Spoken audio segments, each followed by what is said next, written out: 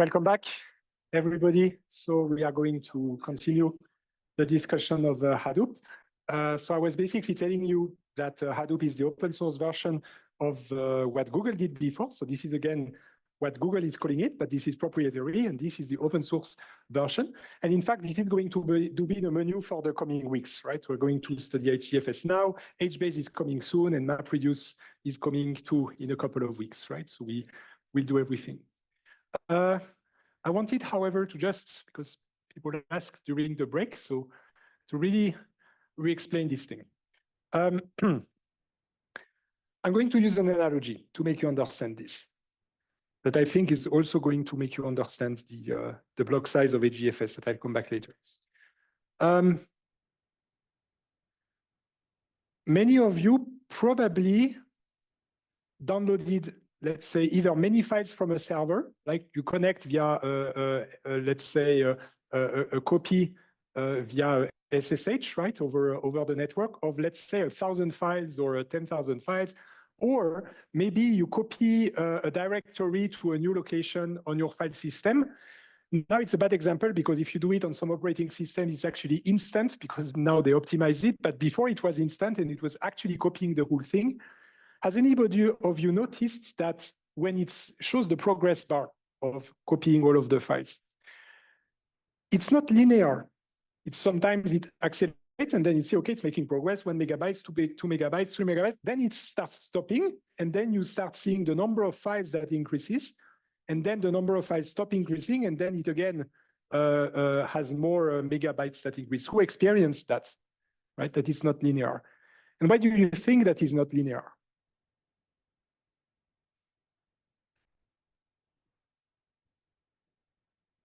Yes? Checks, so it's probably, you could imagine that it's doing checksums. That could be considered as part of the problem, but it's tied to another aspect of what causes that. But the checksum would add to the problem. Yes?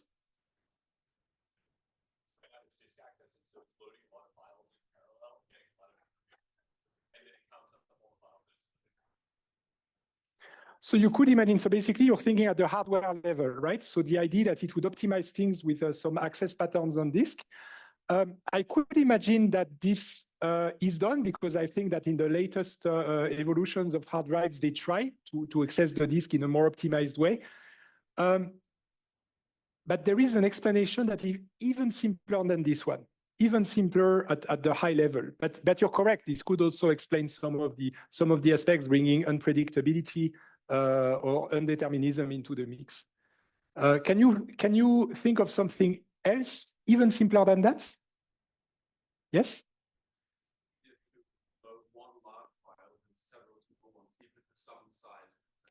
Yes, exactly. That is it. I'm repeating because maybe the people on Zoom didn't hear. Indeed, it has to do with one large file versus plenty of small files. That makes a huge difference. Because if you have one large file, then what you're going to observe in your progress bar is the megabytes going up. It's like this is the 521st file out of 1,000 that says block here because it's the same file. But then the megabytes go up. So you see the progress bar going to the right. So that is if you have one large file. Now, imagine that suddenly you have 1,000 files of just 10 bytes, let's say, 1,000 files.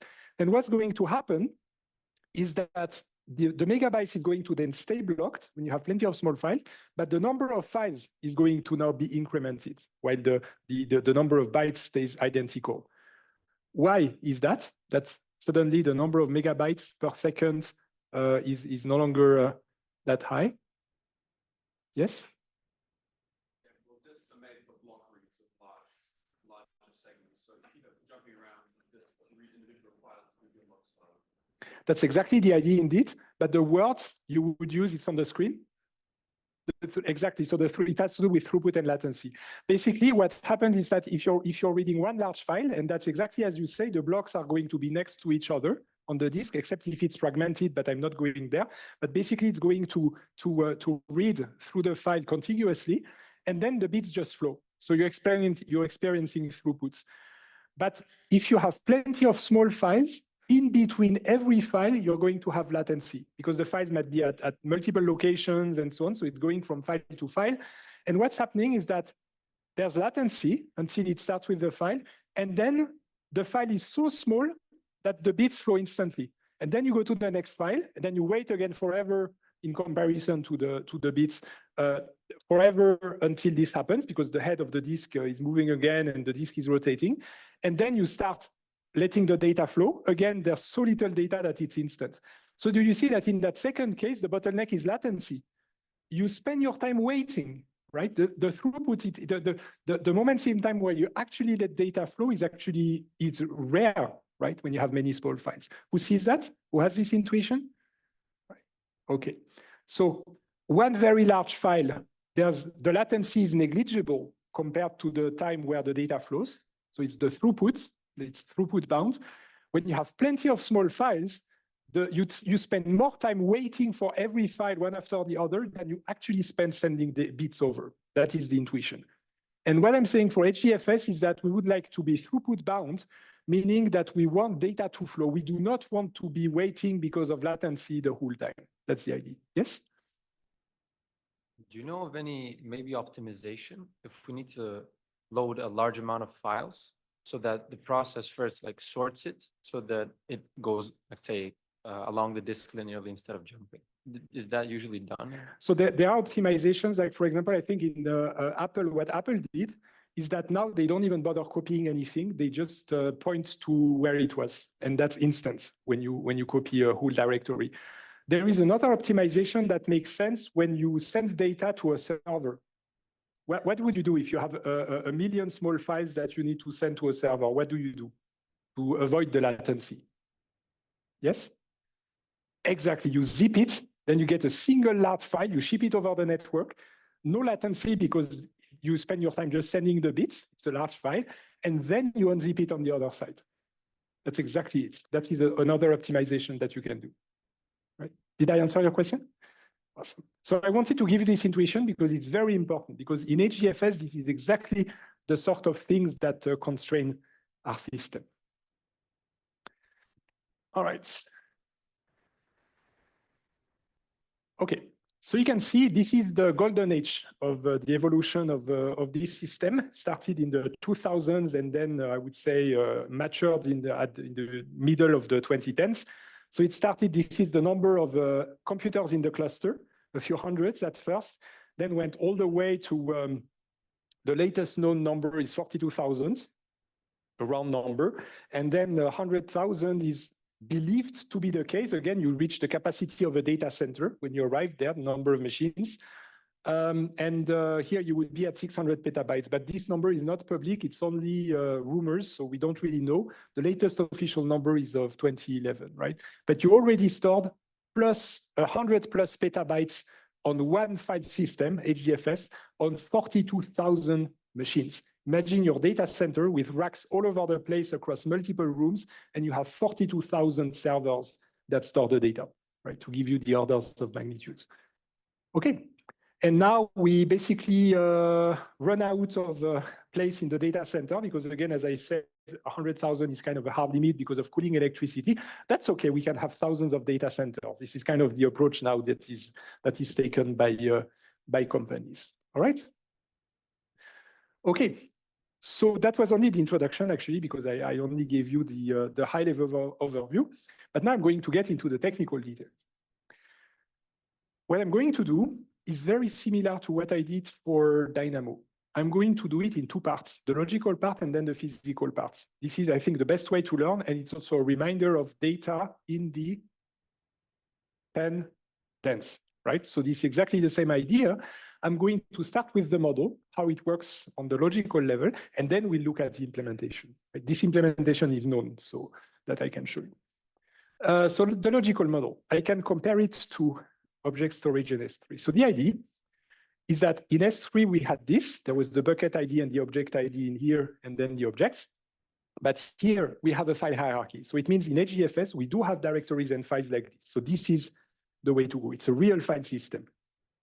Second difference, in object storage, you have the entire object as a single big chunk, right? That's it. It's this is how it's in.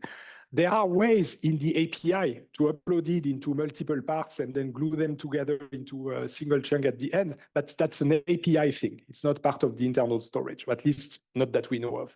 So this is really just a big object and that's it. But in HDFS, we will have what's called block storage because the files are going to be divided in blocks, and this is even accessible to the people. You can see the blocks, just like the blocks on your hard drive. Do you think these blocks are going to be larger or smaller than the blocks on your hard drive?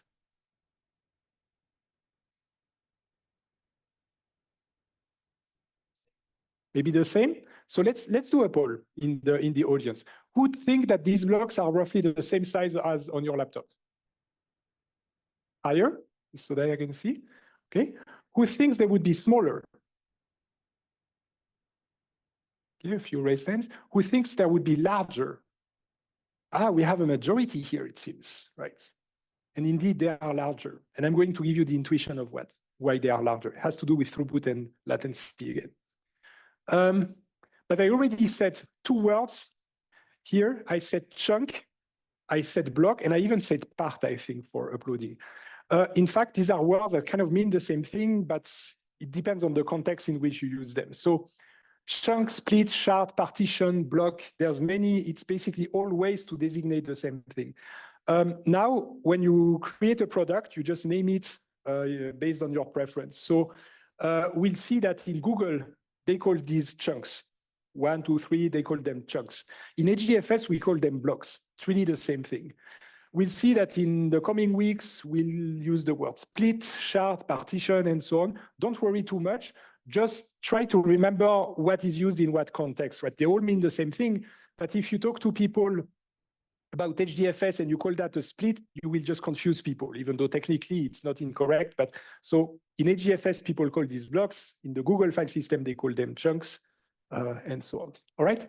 But there is a whole, I stopped counting. There are so many words that are used all over the place to basically just designate partitions. Okay.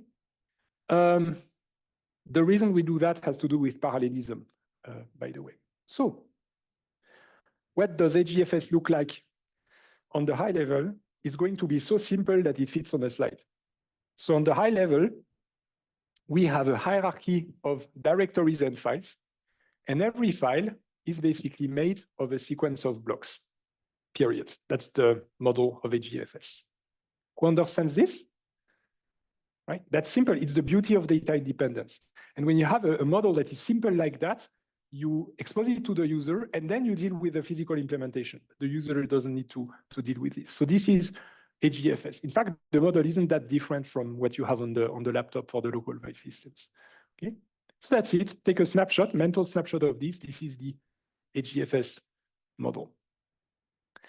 Now, let's focus more about the blocks, or the chunks as Google called them, but let's call them blocks. So blocks, the first reason why we need blocks, and we don't actually have a choice about having blocks, is that we want to support files that can be petabytes in size.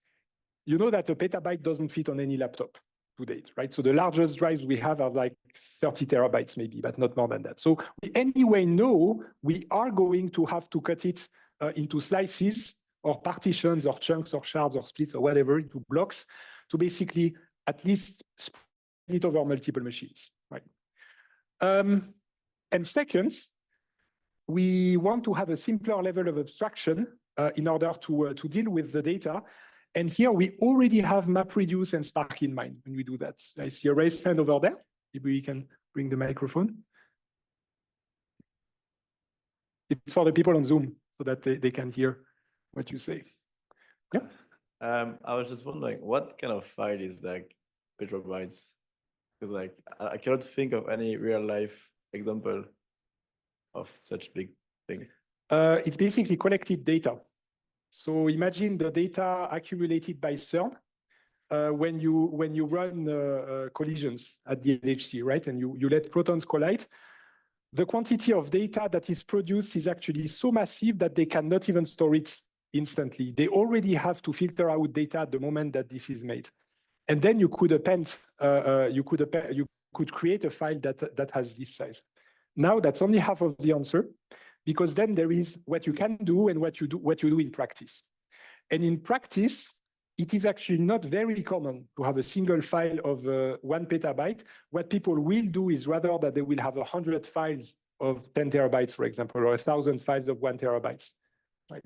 Yeah, that was my question. Because then what's the point of having such big file when you can, like in a general case, partition them in multiple decent sized files? Mm-hmm. But yeah. Thank you. So there are many reasons why you prefer to have several files that are smaller rather than one large file. What I'm saying here is that it's possible, right? And then there is, we can do it, and there is, we actually want to do it in practice. I'm going to give you a very practical aspect of this.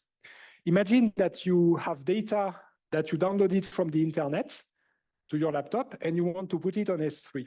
So that's uploading it to S3, right? So you connect to the console and upload it via your browser, or maybe you want to do it via the command line. You can also do it with the command line. Then there is a practical consideration. Imagine that you want to upload a file that actually is 5 terabytes, let's say. You want to create a file of 5 terabytes and upload it as a single object to S3. I don't know if you've already tried that, but I can tell you what's probably going to happen. You will start uploading, you will wait for maybe 1 hour or 2 hours, and again it stops and there is an error because something went wrong over the network. So you try again, and 2 hours later it breaks again and there's again an error. Then you're like, okay, no, I don't even manage to upload this. So what do you do in practice? You just break it into smaller files, right? Let's say if it's 5 terabytes, maybe 100 files of 5 gigabytes, for example. And then it's very likely that many of them are going to succeed. Maybe 1 hour later, one is going to fail, but then you don't start from scratch. You just re-upload the one that actually failed. So this is one more reason for splitting the data set into multiple files. Does it answer your question? Kind of? Yeah? All right. Yes, we have another question over there.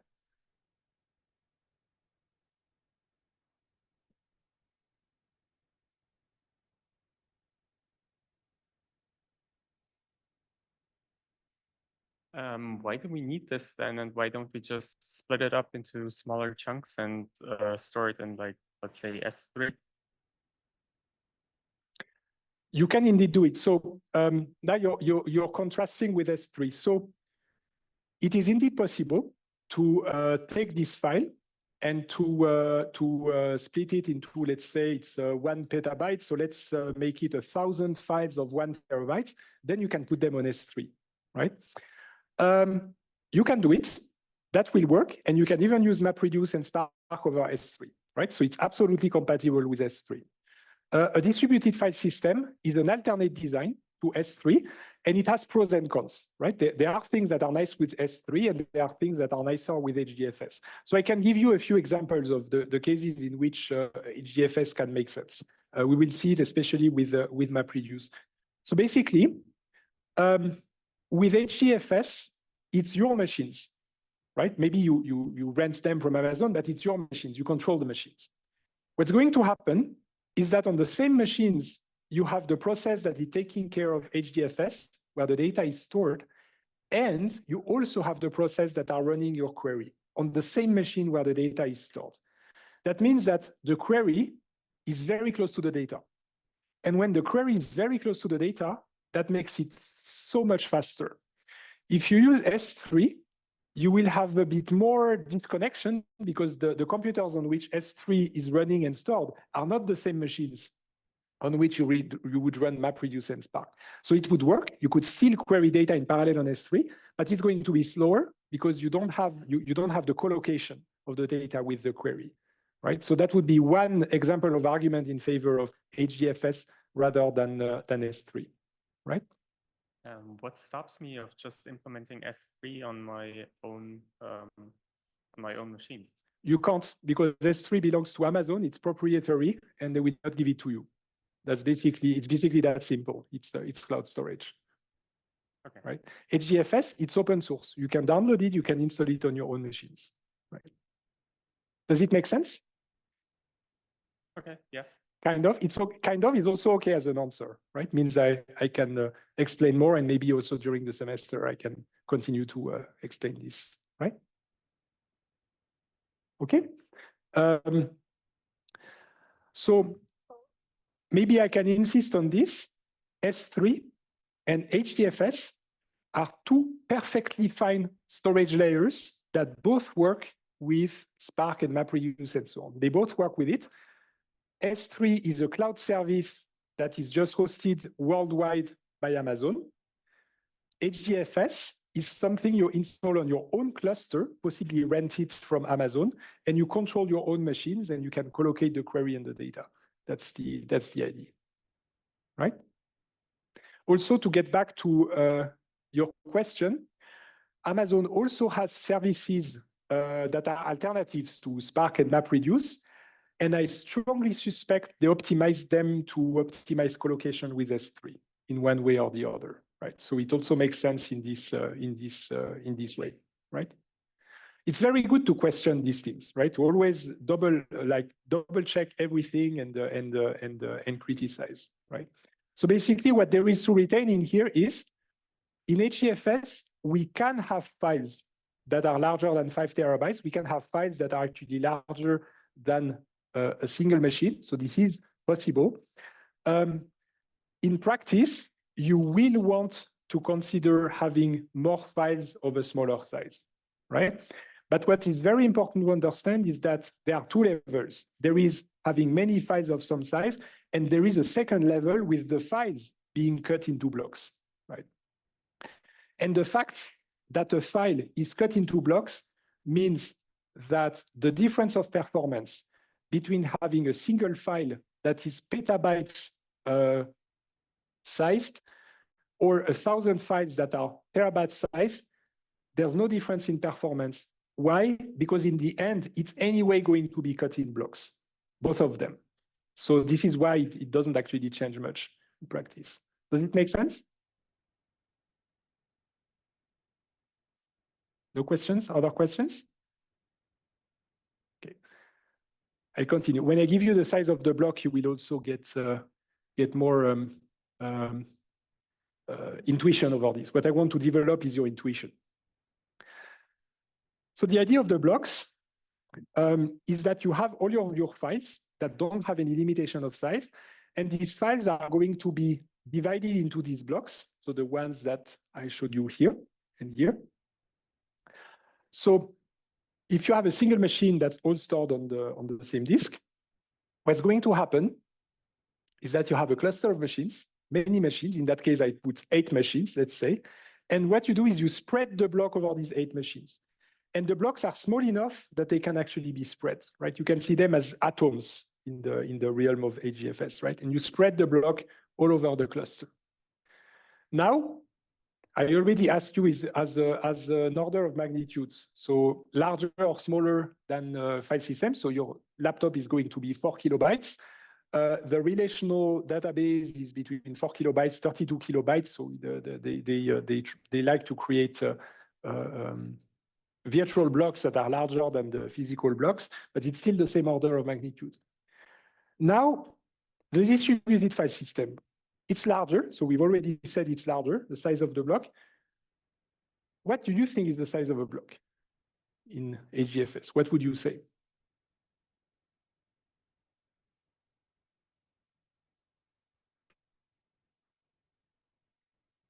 Sorry? A megabyte. Okay, we have a megabyte here. Who says smaller? Okay, who says larger? So we have the majority for larger. So let's explore, let's continue to explore. How larger? What would you say? Larger than a megabyte? 128 megabytes. You've read the textbook? Okay, wow, okay. That's actually the correct answer. I can say that's the correct answer. So indeed, it is 128 megabytes. This is the size of an HDFS block in practice, right? I think Google made it 64 megabytes, but again, that's the order of magnitude, right? So indeed, it is 128 megabytes.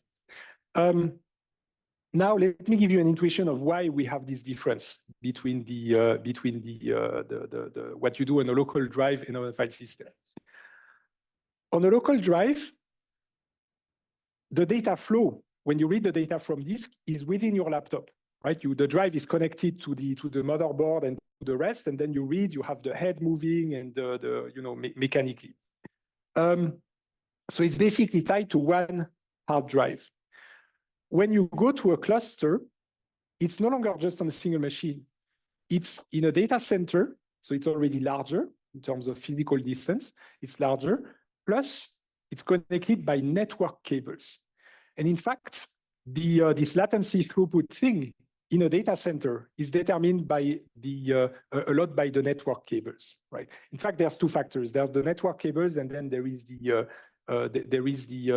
individual drives, how fast they are actually able to read.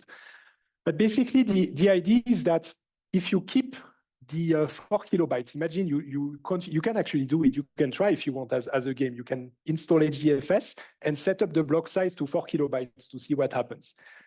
Do you think that what's going to happen is that we're going to have a lot of latency, or we're going to have better latency?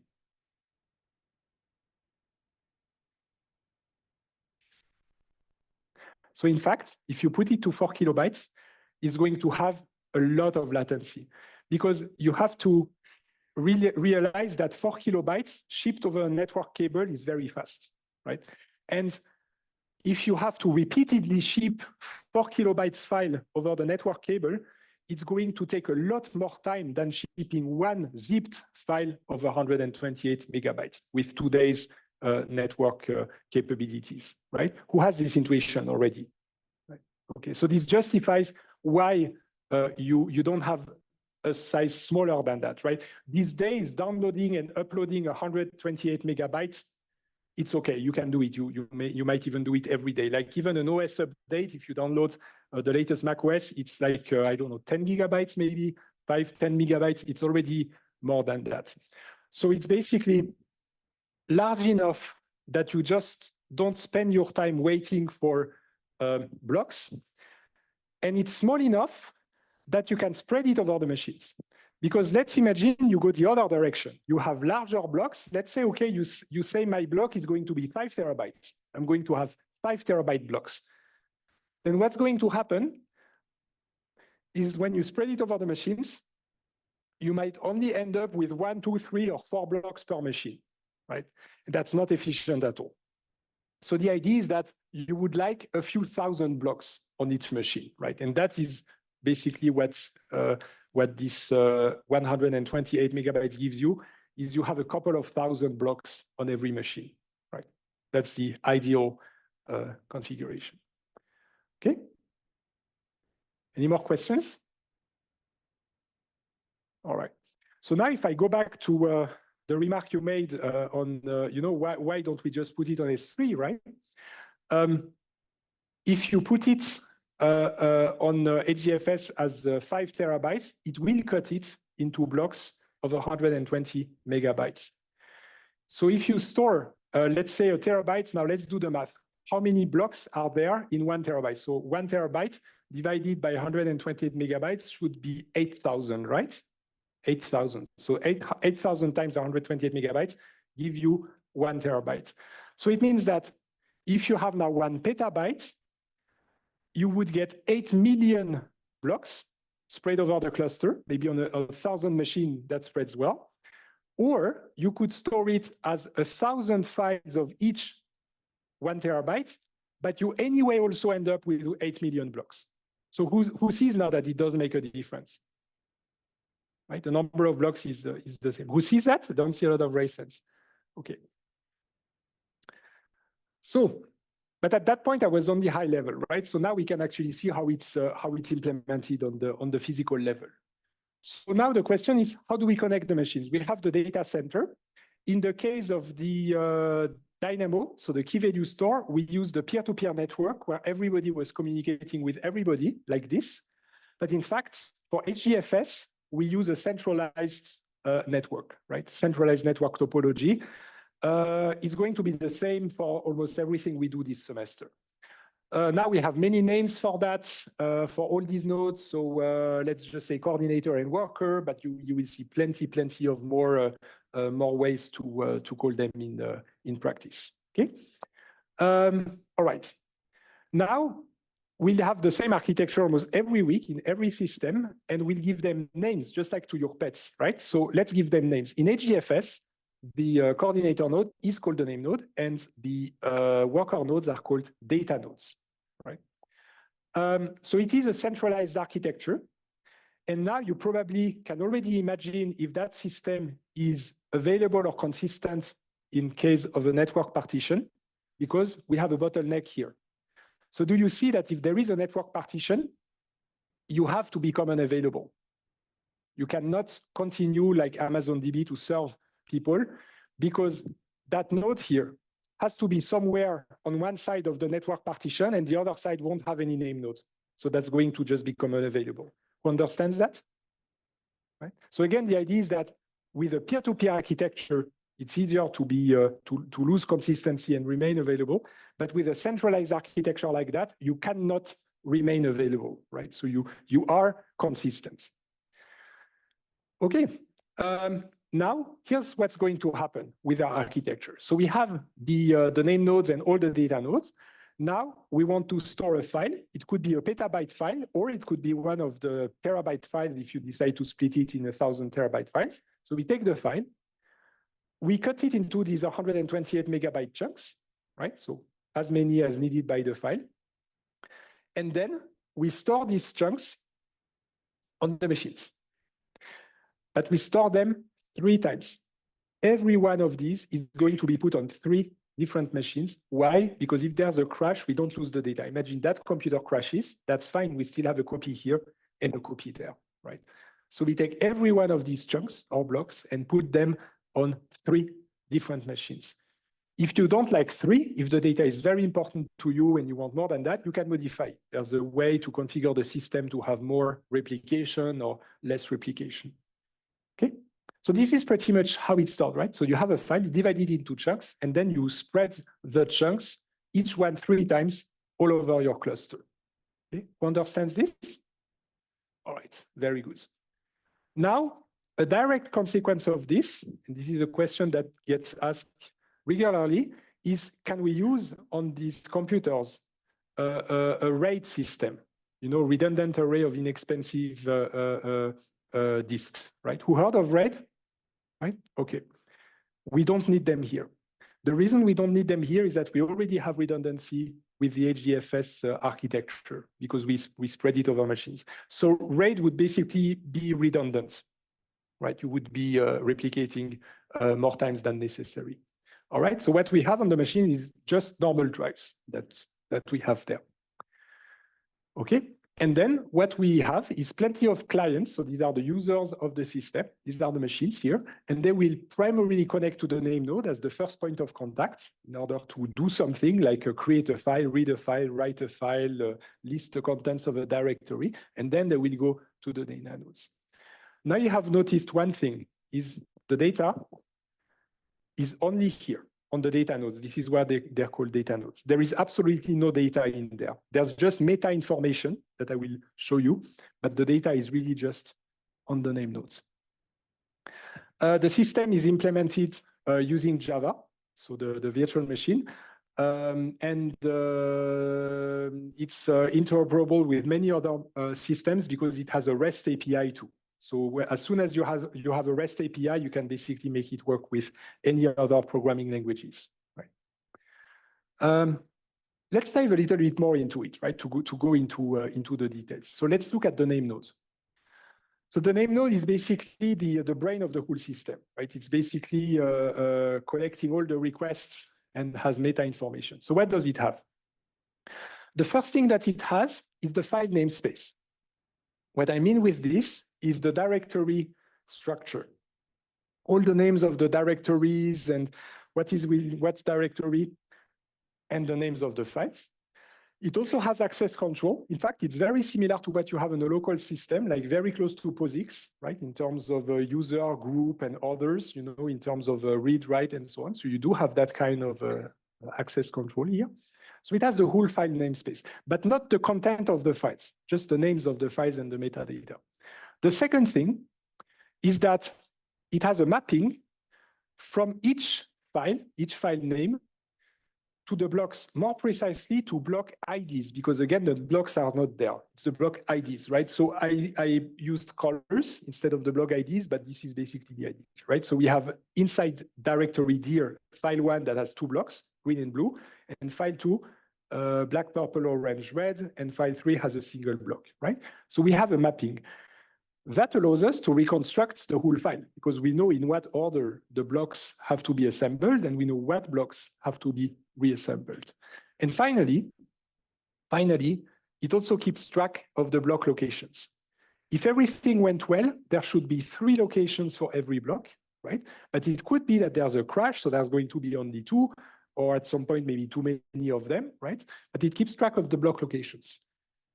If at some point, a block is under-replicated, it only has 2 copies, then it's going to make sure to instruct machines to replicate the block somewhere else and bring it back to 3, right? It's responsible for doing these things, okay? So this is the name nodes, all right? And then if we look at the data node, it's actually simple, there's just the blocks. That's pretty much all there is really on a data node, there's the blocks. Now it's very interesting, and if you want to do it as an exercise, it's actually interesting. You can try to create a cluster somewhere, log on via SSH to one of the data nodes, because these are your machines, so you can actually do it. If you have them on Amazon, you can SSH yourself to one of the machines, go to the file system, and there is a directory which has all of these blocks. The blocks are actually local files on the hard drive. So you will see these as local files. But from the perspective of HDFS, these are blocks, okay? One more thing, what happens is that if a file is smaller than a block, it's a single block, then it's not going to eat the whole 128 megabytes of space, right? If the file is 100 kilobytes, then that's really going to be 100 kilobytes. Now, if you have a file that is 200 megabytes, the first block will be 128 megabytes, the second block will be 72 megabytes, and this is really going to be a block of 72 megabytes. It's not blocking the rest of the space. So this is a difference with the blocks on your laptop that really block the 4 kilobytes, right? Here, you really don't waste any space if the blocks are smaller. And again, these blocks are stored on the local disk.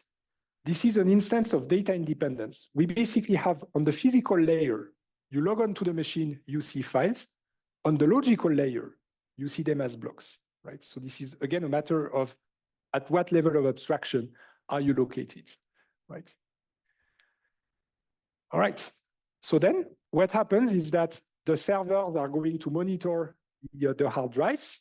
The NameNode is also going to monitor the data nodes that are still there. There is a mechanism with heartbeats, as we will see. The block IDs are basically just integers. So it's made of 64 bits. I think that 64 bits basically goes from 1 to 16 quintillions, if I'm correct. Yes, we have a question there. Taking time. Yeah, my question is more on the implementation level. So is HDFS something I format my disk with, or is it something that lives on top of NTFS and ext4? The disk here, if you connect to the disk, that's just a normal disk. It's going to be formatted with the typical ways you format a disk, right? So on Linux, or typically it can be Ubuntu machines. For example, on Amazon, you can have an Ubuntu machines. The disk is just going to be formatted the usual Ubuntu way, right? These are really files on your disk. So if you want to be really technical, when you have a block of size, I don't know, 32 megabytes, you have or like something uneven, then you actually have to still account for like the ext4. The underlying file system might still, make it a little bit bigger just to account for its block size. Yes, it is absolutely true. So now this is already getting into the physical details. Now, if you look at that machine, you SSH yourself to that machine, this here, so the blocks, this is a file. This file is stored on the local hard drive in 4 kilobytes blocks on the physical level. So indeed, it's going to be rounded to the next 4 kilobytes. But now we are looking it's really the physical layer inside the physical layer, right? So when you basically look at HDFS, you don't even look that close, right, as a user of HDFS. But indeed, it is absolutely correct. If you do want to log on to that machine and look at what's going on, then you will see that indeed these blocks are stored as files on a system that is formatted the usual way in Ubuntu. And indeed, this ends up as blocks of 4 kilobytes on your local machine, right? But it's not the bottleneck of your system. So this is why you don't even need to worry about this, that much of physical detail. All right? Thank you. You're welcome. All right. Okay. There's another question. Yes. Thank you. I think there is a problem in this architecture. I believe that NameNodes in the system is a single point of failure. And if it fails, then the whole system becomes down. Isn't it something bad? Yes, you're absolutely correct. This is a single point of failure. And I will explain how we solve that point of failure tomorrow. Okay. So that's a great announcement for what is to come. This is indeed, you're really good. This is a single point of failure indeed. And there are strategies in order to solve that point of failure. And in addition to that, I believe that it also may be a bottleneck if there are lots of concurrent users trying to execute a query. Absolutely, and there's also solutions for that. Okay. Yeah, which we will also see tomorrow or the week after that. Yeah, so that's great because now you start thinking ahead like the engineers who create the system, right? So this is exactly the right mindset to have, right? So it's a great way to end today's lecture. Let me just check.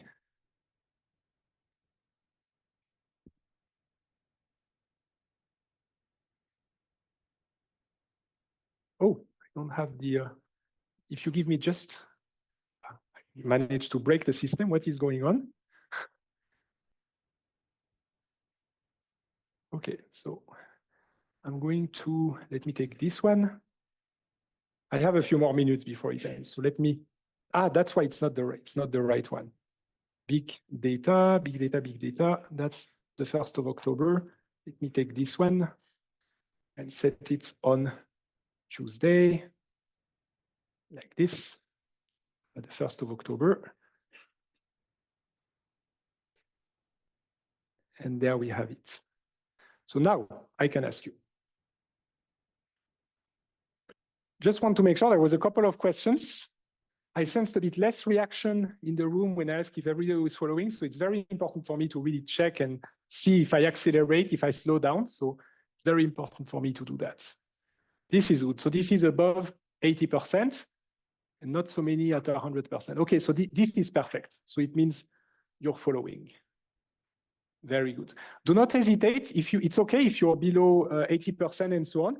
Ask around, send emails, ask questions in the Moodle. You know, we are here to help you. Read the textbook. We'll be very happy to explain to you. So thank you very much for attending today's lecture. And I'll see you. Thank you, Tobias, for moderating. Thank you for your great questions. See you tomorrow.